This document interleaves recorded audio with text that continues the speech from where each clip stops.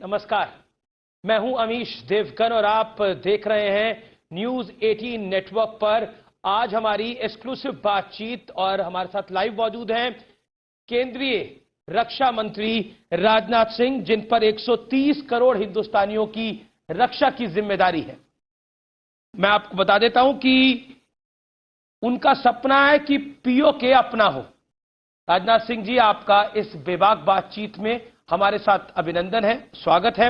मैं आपसे यह जानना चाहता हूं, 18 अगस्त 2019 को पंचकुला में आपने एक बयान दिया था। इस बयान को लगभग 9 महीने 15 दिन और 6 घंटे पूरे हो चुके हैं। आपने कहा था कि अगर पाकिस्तान पर अगर बात होगी तो अब सिर्फ पीओके पे होगी और कुछ नहीं। हमारे कहने की बात तो दूर है। हकीकत यह है कि भारत की संसद ही कई बार इस प्रस्ताव को पारित कर चुकी है कि पाक ऑक्युपाइड कश्मीर यह भारत का है जी। इसलिए मेरे स्टेटमेंट का कोई बहुत उसकी अहमियत नहीं रह जाती है इसके बाद, जबकि भारत की संसद ने इसे पास कर दिया है। इसलिए जो कुछ भी मैंने कहा था उसी आधार पर कहा था, जो हकीकत है वही कहा था। मैं ये राजनाथ जी जानना चाह रहा हूं कि प्लान क्या है, क्योंकि जब से आपने ये 9 महीने पहले बयान दिया था, पब्लिक को लग रहा था कि मोदी सरकार में तो फैसले उस टाइम पर खटाखट हो रहे थे। जैसे आप लोगों ने 370 हटा दिया, उसके बाद सीए ले आए। क्या पीओके को लेकर, निश्चित तौर पर बतौर रक्षा मंत्री आप बड़ा प्लान डिस्क्लोज नहीं कर सकते, लेकिन क्या भारत की सरकार की, मौजूदा सरकार की इच्छा शक्ति है? क्योंकि इमरान खान भी जो है वो थोड़ा डरे हुए हैं। वो पीओके को लेकर अपने सदन में बयान दे चुके हैं कि ये बालाकोट से भी बड़ा कुछ पीओके में करेंगे। तो बतौर रक्षा मंत्री आप क्या कहना चाहते हैं? मैं ये कहना चाहता हूं कि भारत की संसद प्रस्ताव पारित कर चुकी है कि पाक ऑक्युपाइड कश्मीर यह भारत का है। मैं समझता हूं प्रतीक्षा की जानी चाहिए।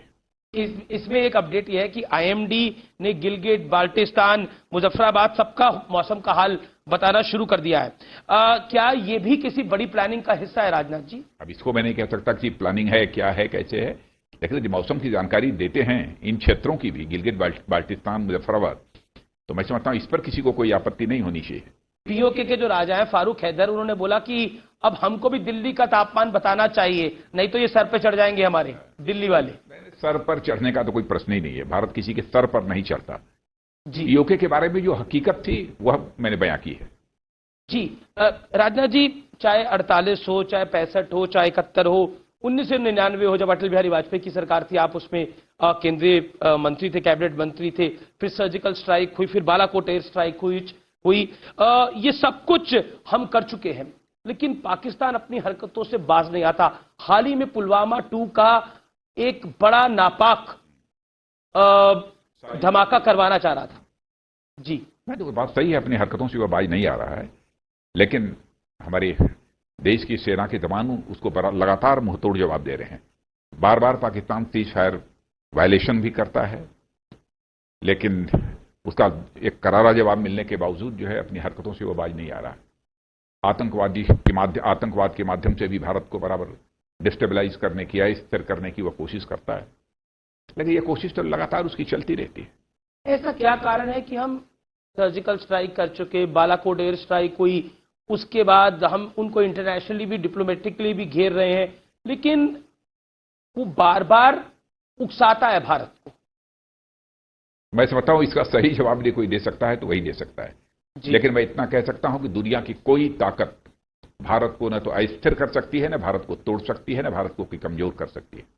इतना ही कहना चाहूंगा। कई इंटरनेशनल एक्सपर्ट और जो भी भारत को डिस्टेबलाइज करने की कोशिश करेगा, तोड़ने की कोशिश करेगा, भारत उसका मुंहतोड़ जवाब देगा।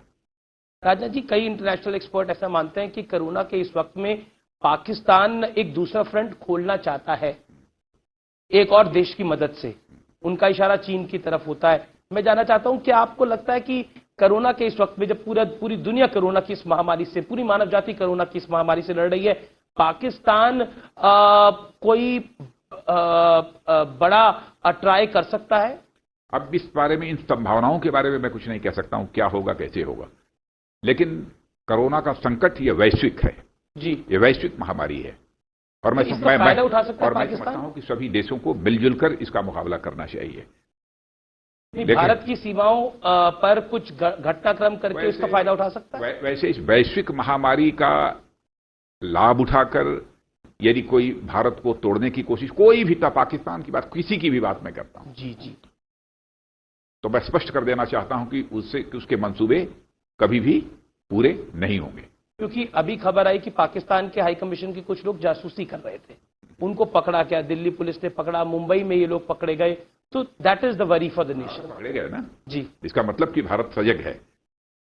और वो जानना चाह रहे थे, वो जानना ये चाह रहे थे कि पीओके में क्या मूवमेंट भारतीय सेना करना चाह रही है, उनके वो सेना की मूवमेंट के बारे में जानना चाह रहे थे, जो हमारी जानकारी है। तो इसीलिए तो वो गिरफ्तार हुए, वो पकड़े गए और सीधे पाकिस्तान को वापस कर दिए गए। जी, इसका मतलब भारत अपने देश की सुरक्षा को लेकर पूरी तरह से सजग है, क्या स्पष्ट संदेश जाता है। जी, क्योंकि पाकिस्तान घुसपैठ पे फेल हो रहा है, डिप्लोमेसी